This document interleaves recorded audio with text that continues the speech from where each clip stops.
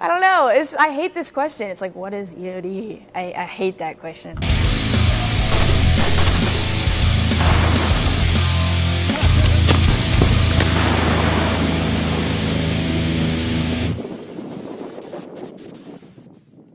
When people hear the word like EOD tech or bomb tech, they think about like stuff they see on like cutting wires and stuff like that. I always get asked about the cutting of the wires. Like, oh, you want to cut the red wire? I'm like, I'm very rarely cutting wires. But you can parachute, you can scuba dive, you can shoot every gun in the U.S. arsenal. We shoot, we jump, we dive. And I don't know. It sounds funny, but I think when you're faced with an explosive hazard or something inherently dangerous, we're the people that you can call. So Navy EOD, we deal with getting people from point A to point B in a safe manner, dealing with any explosive hazard. So you have surface, which goes into a lot of your IED type problems. You have the diving mission set, anything water-based, mine countermeasures. We're versed in chem and bio, hazards, your nuclear hazards, not to mention we're capable of jumping, shooting, maneuvering, that kind of thing as well. Lots of robot training, and then at some point you can't get a robot in there. You're gonna have to actually walk in there with your feet. Proficient at demolition, which is very important. Proficient at shooting. Hold that one, I'd say, up there as well. Must be able to, be a good diver and then attack whatever mission set comes. So, and then if you throw all these things together, it becomes what EOD is. It's not just one thing; it's all of it. The mobile unit is kind of the heart and soul of it. Your mobile unit, they're going to have the platoons that actually push out to do the work. So our mobile unit, and every mobile unit has a different breakdown of different platoons with different specialties. We have these 8-man platoons. We'll go off and we'll do our specific mission sets, and there's about 12 platoons at each mobile unit that will comprise an EOD mobile unit. So generally, all the teams are going to have roughly the same training, and then you're going to go into your mission-specific stuff. We are set up to do an 18-month workup and a 6-month deployment, and you're training pretty much for that entire time. Typical day, you might come into work, and I guess it depends on the day. Shoot. A typical week is structured where at least 3 days are dedicated to training pretty hard on one of these mission sets. I like shooting, so naturally anytime we go shooting, it's great.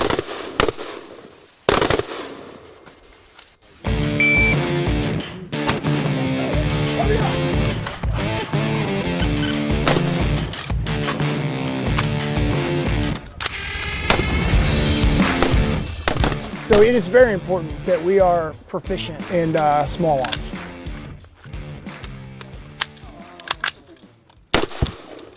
Seven, 8, 3. So the number one thing, we are a combat support unit. So we support units like Special Forces, the Frogs, Rangers. If you can't be safe with a weapon, you can't be competent with a weapon, you cannot support those units. So at a bare minimum, you have to be able to flow competently and safely with any weapon system that you might have to hold.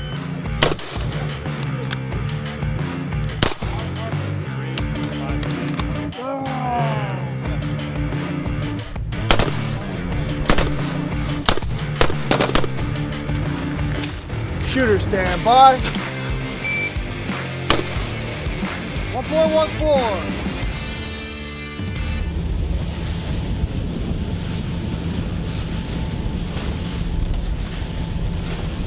There's a lot of times where it's weird to me that I'm doing activities as part of my job that people either pay really good money for or can't imagine that that's what I'm doing for work. Things like jumping and diving and not sitting in an office all day. That's every week it's a new mission set and you're focusing on something new. So it doesn't really give you time to get bored. We're in sunny Key West right now. Our platoon came down here to get our deep dives that we'll need for our OFRP. So yeah, it's a good time to get good training because we can't get this depth or clarity in Virginia Beach. So this is a good little getaway from there and get some good diving and good weather. It is fun. I mean, there's always a lot of work with diving, especially the pre and post. It's a lot of work, but you do all this work and then you actually hit some good depth and good dives, and the places we're going actually have some pretty cool spots to see. So yeah, I'd say it's worth it. All right, Dan, let's do it. I enjoy it. I like to dive. I'd say it's probably split 50-50. Yeah. A lot of guys that were in the Navy, but they'd rather be on land. Yeah, I think most of my team gets pretty sick, including me. Both rocks, I'm ready to puke. But yeah, it's just the name of the game. I don't know. I've always been this way my whole life, so yeah, super easy to get seasickness. Miracle cure for seasickness, ginger bits.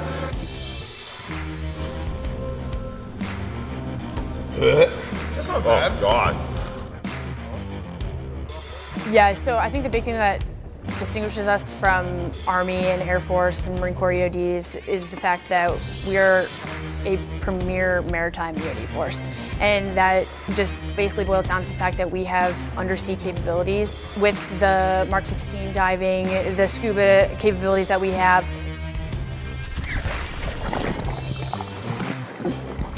Again, that's very broad for some of the more specific things and operations that we can do underwater. But like I mentioned before, we're more just facilitators for that freedom of maneuver, and we have the capability of taking that undersea. I mean, our major threats are going to be any mine that any ship could possibly come across them, because the damage of that could be catastrophic. Part of our mission set is clearance of routes for boats to go through. And so that's why we're diving this rig. Yeah, you'll have your long days, and sometimes you might have shorter days. So if you end up with that time off, you use it. Personally, I like to, go skating. That's my thing. So I'll blow off some steam at the skate park. Just kind of get my mind off the work day, and relax a little bit. Say it's a very physically demanding job, so anytime you can tie your hobbies into things that also increase your physical fitness, that's a win-win. You need to enjoy sweating. You need to enjoy running and lifting weights, because that is a standard that we have.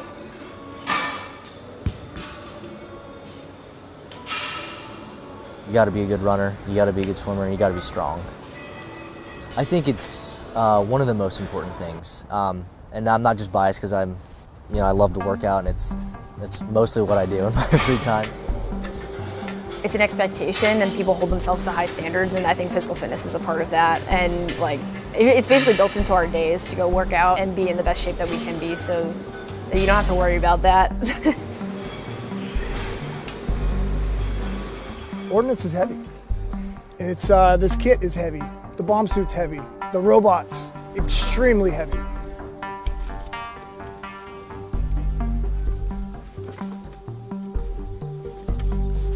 Oh yeah, that bomb suit is insane. I don't put that in there, but you need some physical stamina to be in that thing. It's gonna get hot, it's gonna get annoying, it's gonna get heavy real quick. So you need to be able to have that strength and longevity. To the forefoot, right? These guys on the front side are taking over. Remember we talked about your panic button. So what's everybody's panic button for you? So shifting my weight forward, and then when you come up, right, those hips aren't going to get all the way through because it's such a quad dominant exercise. So don't go as low. The reform is fine. So the Strike program is a brand new program that they've introduced to the EOD community, and it basically focuses on teaching us physical fitness in a healthy, productive way, so we're not injuring ourselves. Not only do we have great facilities to work out in, but we also have strength coaches that are teaching us the appropriate way to lift, to work out, to train our bodies. We have physical therapists and athletic trainers that are basically at our whim to just make us better and fix what's broken and help us continue our job. This is a great program for dudes to walk in, get fixed, get help, and then be ready for the next chapter. So yeah, it's been a really good program so far. I'm happy with it. For the old guys, it'll get us back in the fight, and for the young guys, it's going to keep them in the fight a lot longer.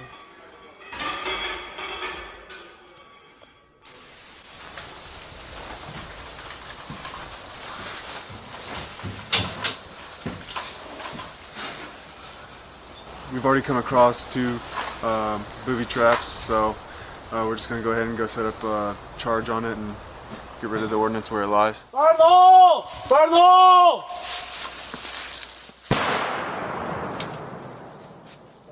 When I started the pipeline, I was going through EOD school. There was a senior chief that told me having a platoon is like getting the keys to a Ferrari. And I didn't really understand what that meant until I got here and got my own platoon, but these people are really intelligent, want to work hard, very driven individuals. And when you put a group of individuals like that with a multitude of experiences coming from different walks of life with a ton of different backgrounds, and you manage that effectively, you see something come together that is like driving a Ferrari. The platoon is built on trust. If you know that no matter what level a person is at on the platoon, that you trust them to do what they need to do when you're in a high pressure situation, then there's nothing else that you can really ask for. And I think that that's what the community itself is really built on. You have to really trust each other. You build that bond. That's why we spend so much time together, is you need to trust that guy, you know, with your life, essentially.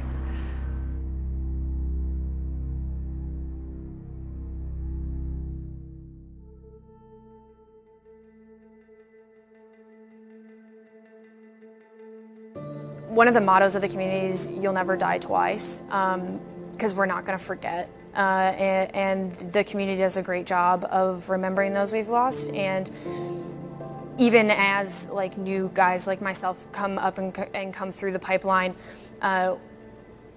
we know everyone that has passed away from the Navy EOD. And I think that that's really important, and we understand the gravity of it.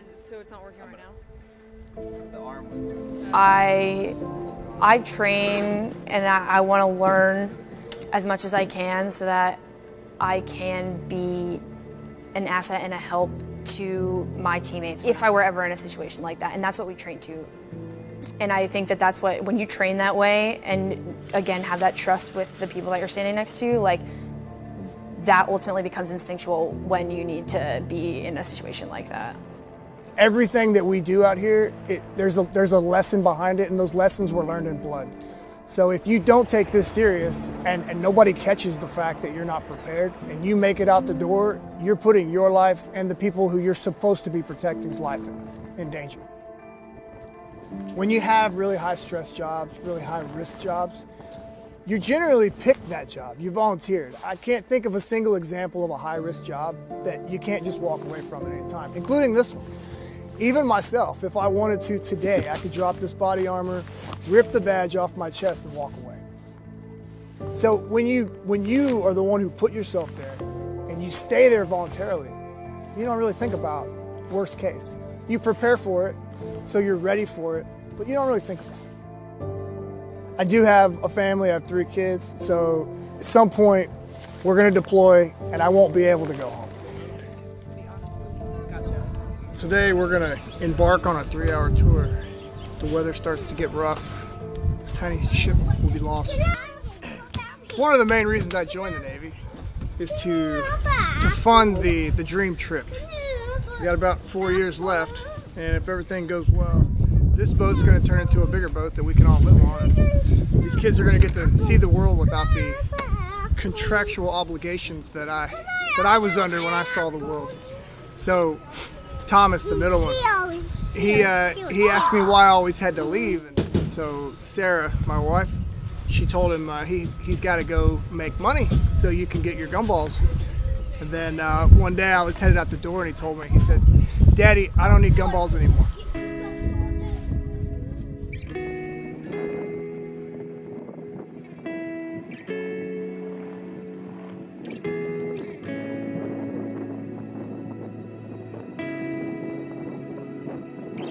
So when I'm home, I'm absolutely home. And when I'm at work, I'm absolutely at work. It took me a while to learn where that line is, but I'm pretty good at compartmentalizing. There are not a whole lot of places to where you get a familial bond with people who aren't your family. There is a high standard to what's expected. Not everyone is suited for that, but I would recommend the community every day of the week. I think that the EOD community has some of the best quality of people that I have ever really seen, and the people are what keep me wanting to be a part of the community, so I would definitely recommend it. Look at how healthy we eat. Zoom in on a salad. Getting Mr. Time? Oh yeah, for Insta, for the gram! It's a place where you'll absolutely be shown that you could use your brain and body more than probably any other field out there. It takes a person that, you know, has a strong mental attitude, and as well as, you know, keeping it positive all the time. You know, how strong is your will? How strong is your mental fortitude? How strong are you?